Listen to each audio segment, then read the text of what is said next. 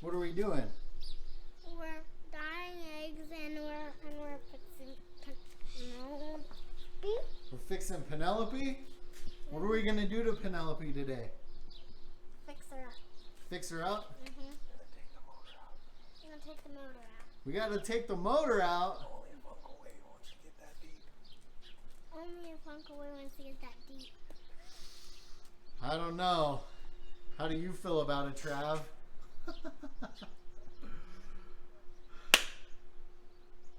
guess if we're gonna see what needs to happen, we need to take it out and see what needs to happen. All right, so obviously it's been a long time since we've made any kind of video for Mileage Unknown. It's been a crazy year. Hopefully everyone out there is staying safe from Corona craziness. You know, normally Trav and I probably would have got a lot done working on cars and doing what else, but we actually had a tough couple months ourselves, and I don't know that I'm going to get into that right now, but we are going to work on the Fastback. Unfortunately, right now, the only thing we can do is pull the engine and see if we can retorque the heads, fix a couple oil seals, and put it back in. If we can't retorque the heads, or if any of the studs are pulled, then it's going to be a much bigger build. But you know, a couple of you guys out there in the YouTube world on the last video said pull the engine, retorque the heads, and see how that goes. So that's what we're going to start with, and we're going to go ahead and get to pulling the engine out.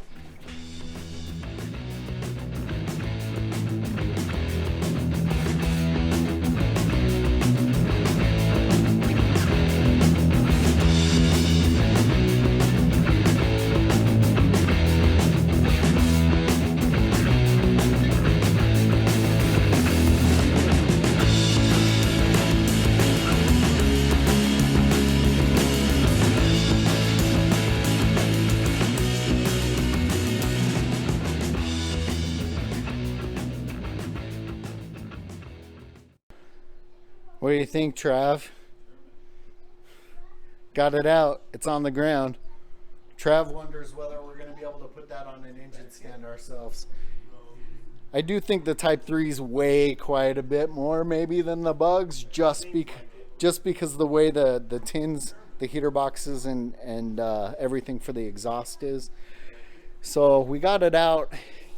Not gonna lie, it wasn't the easiest thing in the world.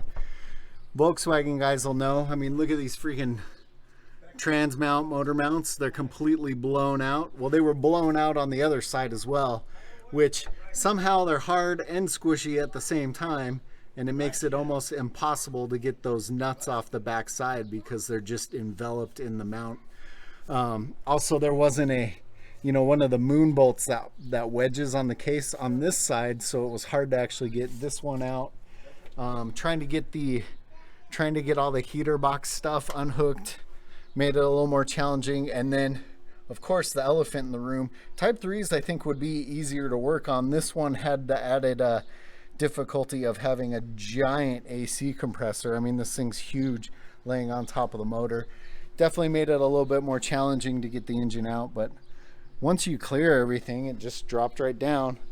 I think when we actually get this up on a stand and start taking stuff apart, it's mainly going to be this side of the engine, because I think really we're going to replace the oil cooler seals. Those are the main leak, and dress down this side of the engine a little bit to get to the head studs and try and torque the head on this side. This is the one that was spitting exhaust out of one of the spots. So, you know, we're in that weird case of not wanting to take too much apart and have to go super deep, and just do a little bit to see if we can reseal it, torque the head, and get it running again. But I don't know. What do you think, Trav? You're looking it over pretty good. Be nice to have the big money and just have somebody do it, make it a little bigger, a little faster. I know that's the problem. Is I think you know, you come this far taking one out, it'd be nice to actually just fully do it before you put it back in.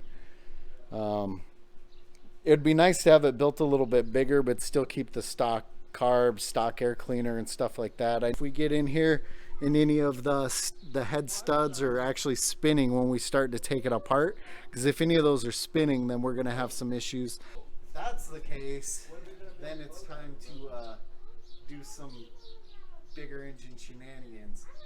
We also have been, well, I say we, but I've been collecting parts for the Dart out there, which Trav is super excited to work on, because you know, he loves non-Volkswagen cars.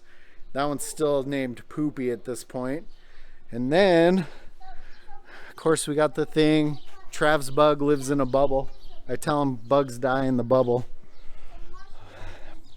I think I have more cars at Trav's house than he does right now.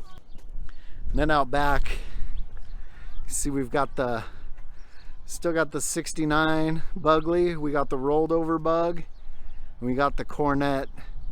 The Cornet needs to be cleaned up. It smells so bad, and Trav is not wanting to touch that one, but it'd be fun to get that one back on the road. So Trav's over there looking at the engine, still just going, there's oil everywhere, which there is. I mean, that oil cooler is pouring pretty good, and that oil's just leaking down across everything. So like I said, until we start taking that one apart, we just don't know whether we're going to be able to save it or have to really fully pull it apart to finish it off. But that's going to be it for this mileage unknown. Hopefully we'll get that on a stand and start tearing it apart, and then we'll make a video of that, let you guys see what we end up with on that one.